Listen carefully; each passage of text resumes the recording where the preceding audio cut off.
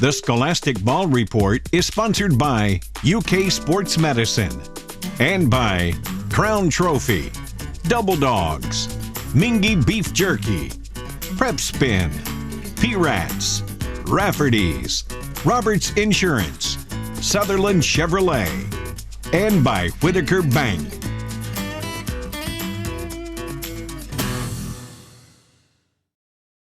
Hello, I'm Gary Ball, and this is the Scholastic Ball Report. We've got a great show for you this week. We've got a feature from WKYT around the state honoring an athlete. Our Crown Trophy Scholar Athlete of the Week, Abby Peck, Lafayette soccer player. She's in with her father, Jared Peck of the Herald Leader. The Roberts Insurance Team of the Week, Woodford County High School football team. They're undefeated, ranked number 4 in the state. From Nicholasville, we head down to the Sutherland Chevrolet Driver of the Week. And UK Sports Medicine Healthcare, Jenny Williams is in to talk to us about injury prevention. Well, we know what you want. We think we know what you want. You want highlights, right? We've got them here on Game Time with Brian Mollum and Lee K. Howard. Usually we begin with Central Kentucky highlights, but if you follow high school sports, you know the state has been in mourning this week. Johnson Central football coach Jim Matney died Tuesday from COVID and complications from a stroke. He was just 62 years old. Anyone who knew him thought without question he would fight his way through it all. Tonight, just 3 days after Matney's passing, his Johnson Central Golden Eagles playing Clay County. Not even 3 minutes into the game, the offense drives it right down the field. Grant Rice to sophomore Carter Conley. Golden Eagles are on the board. Zach McCourt and company continuing to drive all the way into the red zone. Matt Crum sneaks his way in for another Golden Eagles touchdown. They would lead 36-6 going into the half.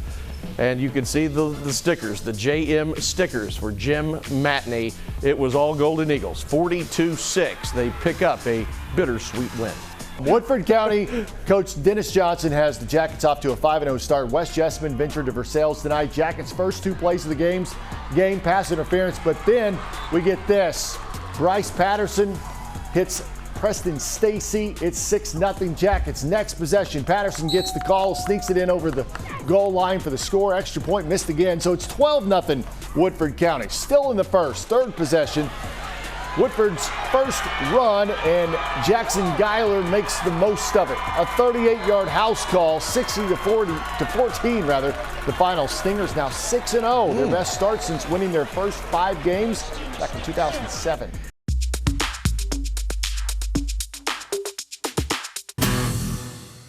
It was an explosive night for us, which was good. Explosive might be putting it mildly. What the Montgomery County Indians have in their backfield is a talented blend of speed and power with Adrian Jones and Jacob Diallo. They're showing that every week, and it's nice they can complement each other so well because you don't really lose a lot going from one to the other. Last Friday against Grant County was one of the most improbable statistical games ever seen. The game plan was simple. Just up the middle and on the edge. Nobody could catch us. The linemen were good. The blocks were good. Open holes.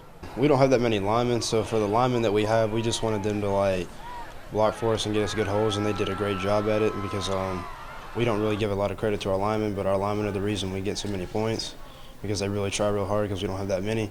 So I'd say the lineman was our game plan. Listen to these numbers in a full 4-quarter game. Adrian Jones, 9 carries, 185 yards, 3 touchdowns.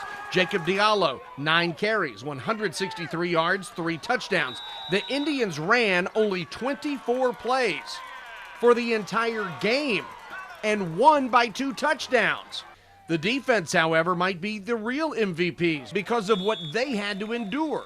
A high school defense playing 96 plays and winning, I've never heard of that. In 20 years of doing this, I've never been close to that. We only ran 20 plays on offense, and I think it was like 24 yards a play we were averaging. So it was a crazy night. A statistical anomaly. But at the end of the day, it's Adrian Jones and Jacob Diallo, the WKYT Co-Athletes of the Week.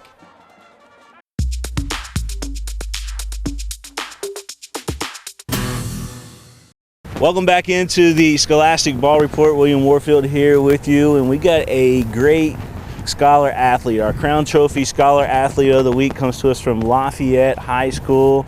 It's Miss Abby Peck. Everybody knows her father here, of course, Mr. Jared Peck with the Lexington Herald Leader. Does an outstanding job covering high school sports. And Jared, we're filming this in advance, everybody knows, but today happens to be National Daughters Day. So I know how proud you are of Abby and all of her accomplishments, academically, athletically, just all across. Talk to us about Abby and how proud you are, Jared. Well, she is the one player that I favor on the field, although I can't have a bias. I don't homer with the teams around here, but no, she's been great. Became a pretty good soccer player. She's an excellent student. She's got like a 4.87 GPA. She's on the head council at Lafayette. She's in the pre-engineering program at Lafayette. She was a governor's scholar this past summer. Went to Center and did that with some friends, and she made great friends there. I can't get her to go to school in state, but that's the only thing I can say bad about her. Otherwise, she's just been amazing. And people ask me how. It's like we just wake her up in the morning. Sometimes I don't even do that. Abby, your dad is such a great asset to our communities here. Doing all the stuff he does for the Herald Leader and covering high school sports. But getting to cover you, I know especially how proud he is because he talks about it all the time. Talk to us about the importance of not only playing well on the soccer field, but also how important it is to do well in the classroom. Yeah, I mean, Coach Taylor always tells us, she wants us to represent Lafayette and be the best people at Lafayette. And in order to do that, we really have to show how good we are both in the classroom and be good role models for like the freshmen and sophomores on the team. Show them what it's like to be a good student in school and how to respect our teachers, because I have great relationships with teachers. They come to some of my games, they're both in the classroom and on the field. We just try to be the best role models we can be. Yeah, I know you guys are having a great season over there at Lafayette. Soccer is really picked up over there, Jared, as you know. It seems like that district's always been kind of Lexington Catholic's thing, or Dunbar in the past, but Lafayette's really done well this year, and they continue to build a program. You've been a big part of that. Talk to us about playing for the Generals and seeing this program grow. Oh, I mean, it's been a great 4 years. I mean, I came in, Coach Taylor's, I think maybe her second year at Lafayette or third, and we lost in the 4-5 game in districts. We lost freshman and sophomore year in that game, and seeing our growth from freshman year where we couldn't make it to the semifinals of districts to last year making it all the way to the region final and being a really strong contender against Lexington Catholic. It's been amazing just to watch the program grow and watch my teammates grow and watch our coaches just try to help us be the best players we can be. I know you corrected Dad earlier when he kind of rounded off the GPA, but you know exactly what the GPA is. Tell us what that is. Oh, I think it's around 4.87 GPA. It's on a 5-point scale, so it might be a couple decimal points off, but that's about where it is. How do you raise such a smart child, Jared? I mean, I'm married well. I know. I know you are like well versed in English and all that good stuff, and you write well. But I mean, seriously, man, what's the keys to that? The key is her mother. Her mother is a veterinarian here in town, and she was the brain. She's the brains of the outfit. She still is. She's she passed along some good genetic, high intelligence genes, because they did not get that from me.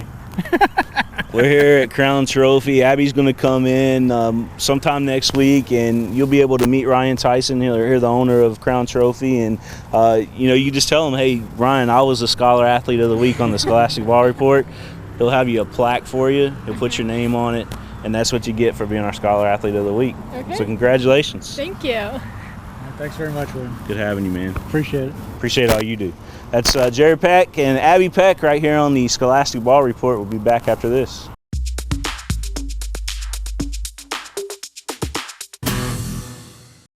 Hello, welcome back to the Scholastic Ball Report, the Roberts Insurance Team of the Week. The Team of the Week, Woodford County Yellow Jackets. We have with us the coach, Dennis Johnson, some of his players. Coach, you're having a terrific season, undefeated, off to a great start. What do you see from the schedule and the season this year that leads you to be such a great team?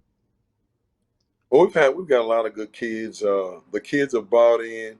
We've changed the culture of our program.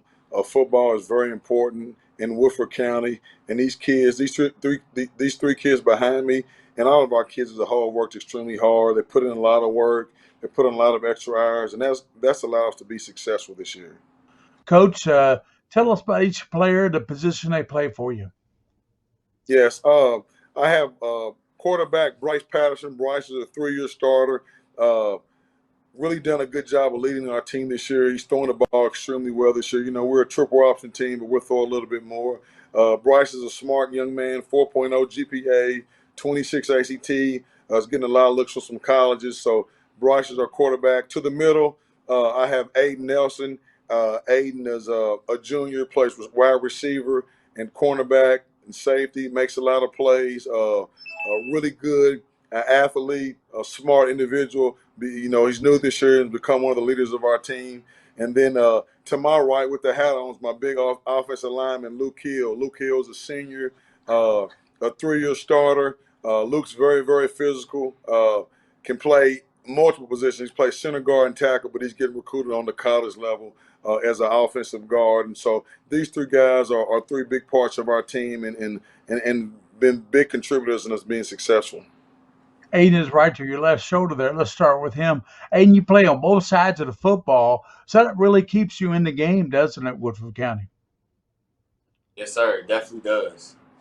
Definitely playing those two positions, having to be a leader, definitely keeps me in the game. Yeah, what do you prefer, defense or offense? Honestly, I prefer defense. You know, Like reading formations, defense. Yeah. Luke, you play offensive line, a lot of different positions there, as Coach said. You're a big part of Woodford County. It all starts in the trenches, doesn't it? Yes, sir, it does. Just if we can beat everybody physically up front, can't really do anything else to stop it. Have you noticed that y'all been doing that this year, being physical with people? Yes, sir. Being physical with people is just personal. It's just fun, and then also it's just if you're physical with their D line, it can cause fractures with the rest of the team and cause them to just fall apart. Let's get Bryce Patterson in there, the quarterback of the football team. Bryce has a quarterback give a 4.0, got a 26 on the ACT, so you're very cerebral. How did all this come about for you? Well, being a 3-year starter, I've seen a lot of things like with our district. I know how certain teams are going to try and play us, and it's just like become more natural for me to be able to read things and know where to go with the football. You're at a real good school there, Woodford County. Does that help you in football, knowing that you're at such a good academic school? Yes, sir. Like, we really get pushed inside the classroom, and then it makes it a lot easier when you got to go out and deal with Coach J. You already been tested all day, and you know, you can do it for a little longer once you get to him. Yeah, you haven't been tested till you get out to the practice field, have you? Coach Johnson, make sure you guys are doing what you're supposed to do. That's a bigger reason he's had success there, isn't it, Coach? Yes. Yes, sir. No, it is. We try to challenge the guys each and every day. I think it's very important. Academically, Woodford is one of the top academic schools in the state, so we have great teachers here. They really do a good job at making our young men earn what they get, and then that translates to the football field. I think all the kids are student athletes, and I think that's very, very important. And to play at our program, you have to be a good student athlete, and I think we have a well-rounded program and a well-rounded school at Woodford County. Well, thank you, Coach Johnson, for being with us on the Scholastic Ball Report. And that's it for the Roberts Insurance Team of the Week segment. We'll be right back with more on the Scholastic Ball Report.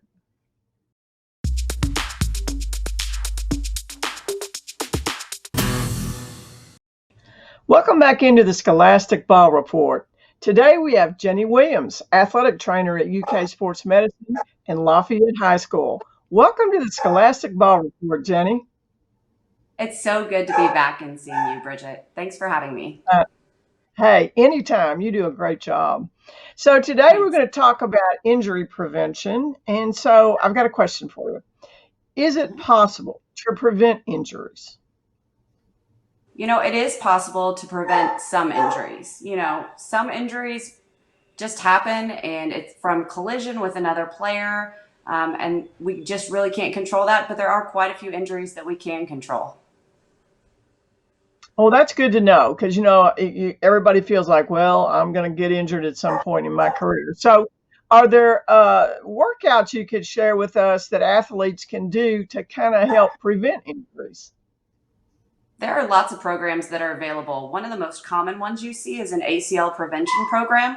A lot of coaches and teams have bought into as far as making sure that your core and your hips are strong, that you have good flexibility, that you work on landing mechanics, because normally ACL and knee injuries can happen when you land or you cut or you turn, and that quick movement can cause an ACL tear. So some of these prevention programs really work on learning how to control your landings, control your turns, and making sure you're strong enough to be able to handle those. And we really do see a decrease in ACL injuries when teams do these programs. Is there anything athletes can do on their own to prevent injuries? There is. It's just getting athletes to buy into it. One of the things that we encourage athletes is making sure that they get adequate sleep. Most athletes like to stay up late, whether it's by choice, talking to their friends or playing video games, but maybe it's doing homework. But it's really recommended that athletes get about 8 hours or more sleep a night. We've found that when athletes are fatigued and they're tired, they're at a higher risk of injury. So encouraging athletes to sleep more. Making sure that athletes drink enough water. We know that if they're not hydrated, it can lead to cramps, which if you're cramping, it could lead to other injuries. Or if athletes aren't fueling their body properly with good food and nutrition, and they don't have good energy, it can lead them to be slow or sluggish, or they just don't control their bodies the way they need to. And then that can cause injuries as well. So if athletes will eat well, drink plenty of water, and get good sleep, they can control a lot of injuries that may happen to their body. Well, thank you, Jenny, for that important information on injury prevention. And, people like Jenny illustrate the value of having an athletic trainer on site and dealing with injuries. Jenny's a longtime athletic trainer, 20 years at Lafayette High School, does a great job out there. It's so great to have you in with us. It's so good to be back, and I'm glad to be here. Thanks. That's super. So, Jenny Williams, keeping athletes healthy and safe in all high school sports events. We'll be right back on the Scholastic Ball Report.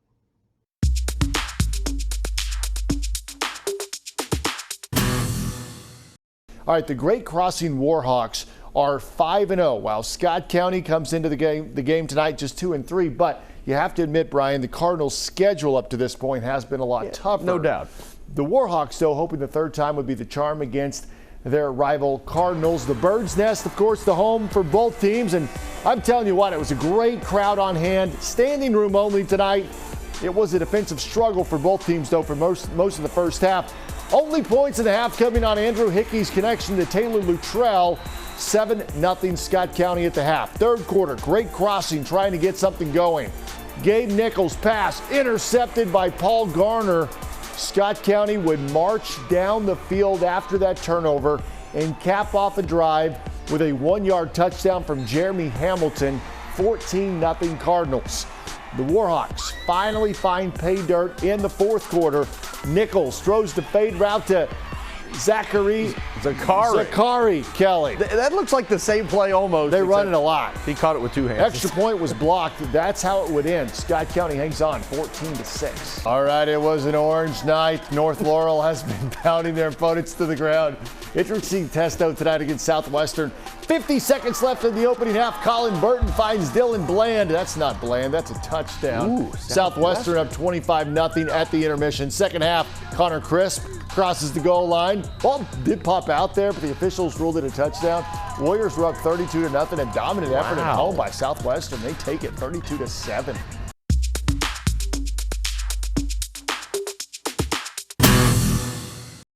Well, that's the show for this week. Join us next week for another great high school sports show. As always on the Scholastic Ball Report, let's thank our team. The King of String, William Warfield. Joel Clace, our director. and executive producer, BRIGID DEVRIES. Well, that's it for the Scholastic Ball Report. As always, for those you see, those you don't see, keep your eye on the Scholastic Ball Report. The Scholastic Ball Report was sponsored by UK Sports Medicine and by Crown Trophy, Double Dogs, Mingy Beef Jerky, Prep Spin, P-Rats, Rafferty's, Roberts Insurance, Sutherland Chevrolet, and by Whitaker Bank.